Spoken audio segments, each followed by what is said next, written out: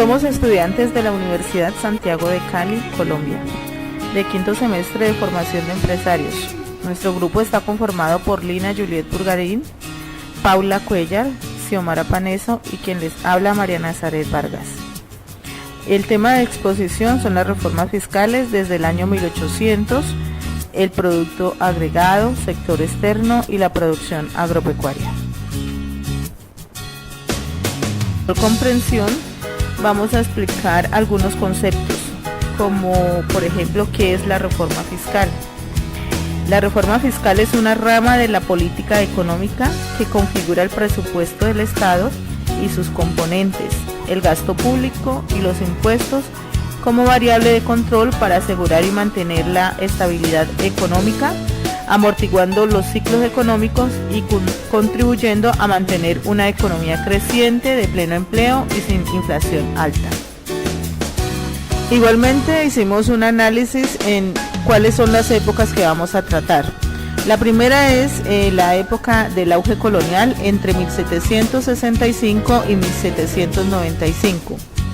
El receso republicano entre 1810 y 1832, la globalización entre 1850 y 1890 y el receso conservador entre 1900 y 1905.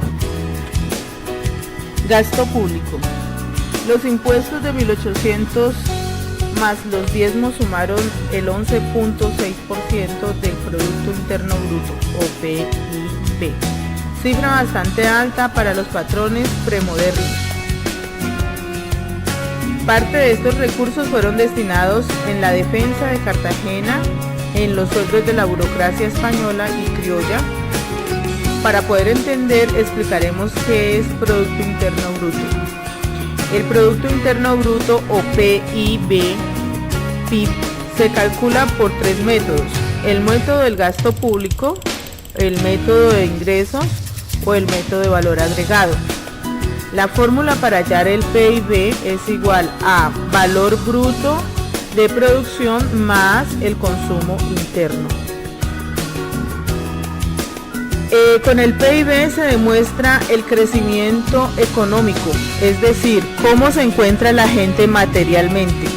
Los impuestos y los diezmos se utilizaron para la defensa de Cartagena y la burocracia española y algunos criollos. En 1832 el gasto público estaba en 0.9 del PIB. En 1850 se abolieron todas las formas colectivas de trabajo como el mayorazgo, las manos muertas en poder de la iglesia, los ejidos, propiedades comunitarias de los indígenas, que fueron los que ofrecieron resistencia. Se liquidó el sistema de créditos eclesiásticos en favor de la banca libre. En este mismo año se introdujo el Código Napoleónico, que reemplaza Ordenanza Bao. Se cambia el sistema de medida por el sistema métrico decimal. Se abolieron los fueros corporativos del consulado militar y se encaminó en dirección de la igualdad. En esa época también se vio reducción de diezmos e impuestos, que pasaron del 11.2 del PIB al 5%. ¿Cuáles fueron las consecuencias de lo anterior? Las remesas enviadas a España entre 1750 y 1802 arrojaron en promedio 214.000 pesos anuales. La carga tributaria colonial frenaba el desarrollo de la riqueza. Podemos decir que los 214.000 pesos, el 1.6 es de impuestos y el 10% es de los diezmos, lo que impedía el crecimiento económico. Consumo. Se tiene un bajo ingreso per cápita, dado que la evolución de los impuestos per cápita sigue muy de cerca de la evolución del producto por habitante. Para explicar con mayor precisión, vamos a ver el concepto de ingreso per cápita. Per cápita es la suma de todos los ingresos individuales. Por tanto, si la población se incrementa, entonces el ingreso per cápita se disminuye. La fórmula para encontrarlo es ingreso per cápita igual a los ingresos individuales dividido la población total. Como consecuencia de este proceso anterior, tenemos que en la primera mitad del siglo se presentó una disminución hasta 1865, cuando este indicador tiene un importante aumento hasta 1887, que se estabiliza con un valor cercano a los 3.000 pesos corrientes. Inversión. El desorden fiscal incentivó a depredar los derechos de propiedad de los hombres ricos de la época, incluyendo las propiedades de la iglesia, abriendo también la posibilidad para que las guerrillas de alguno de los partidos también se aprovecharan de la propiedad del prójimo. El sector minero experimentaría un periodo de recuperación a finales de los años 40, producto de las inversiones extranjeras y nacionales que permitieron la introducción de nuevas tecnologías y favorecía la supresión definitiva de gravámenes que pesaban sobre la actividad.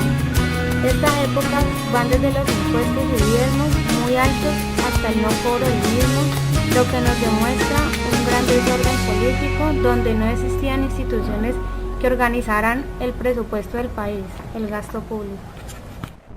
Las consecuencias de lo anterior es que se propició la fuga de capitales o el testaferrato para ocultar las riquezas de los ciudadanos, en todo caso frenando la inversión de esos recursos.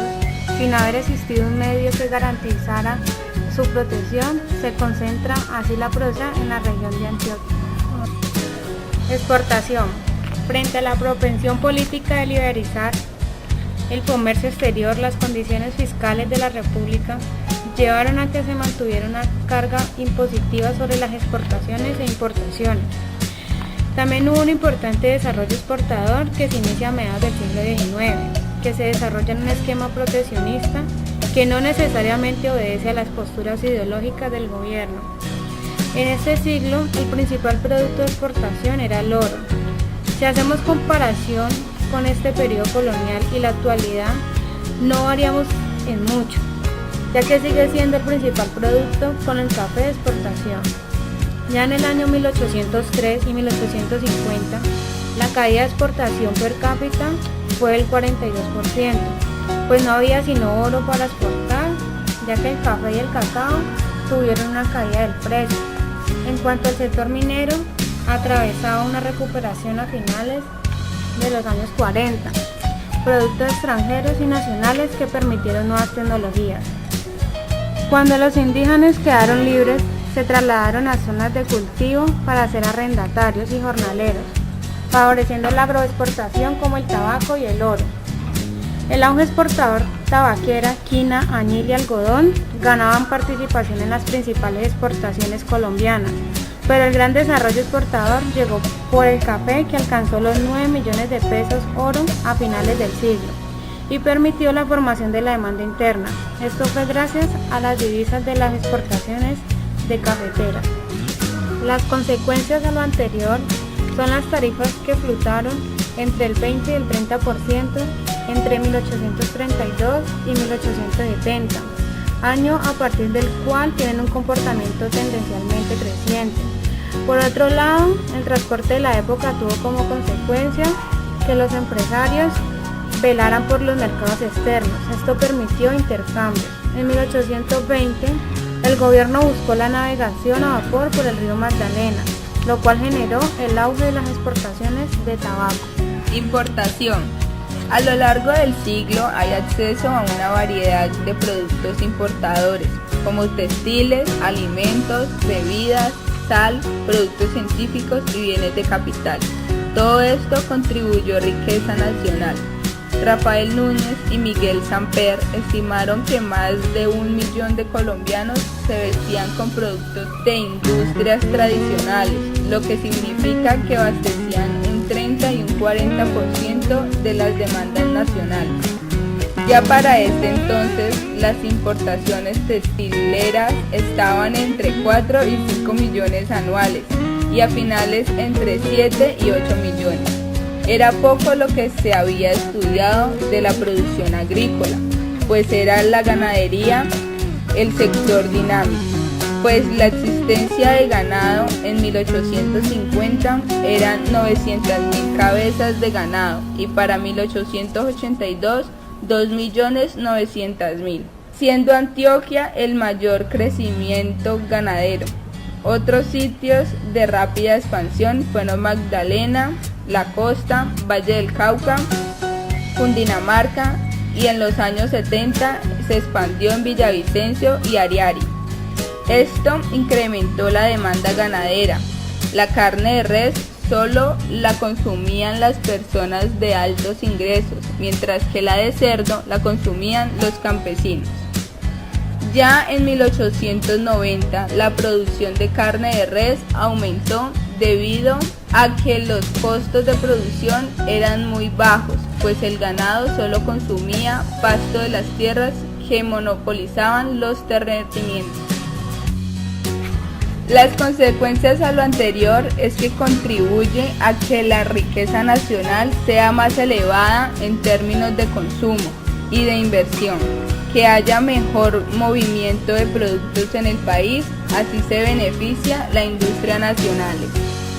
En conclusión, la reforma fiscal y los diferentes temas que vimos como el gasto público, el consumo, la inversión, la exportación, la importación, se vieron afectadas en cada una de ellas por la jerarquía de castas.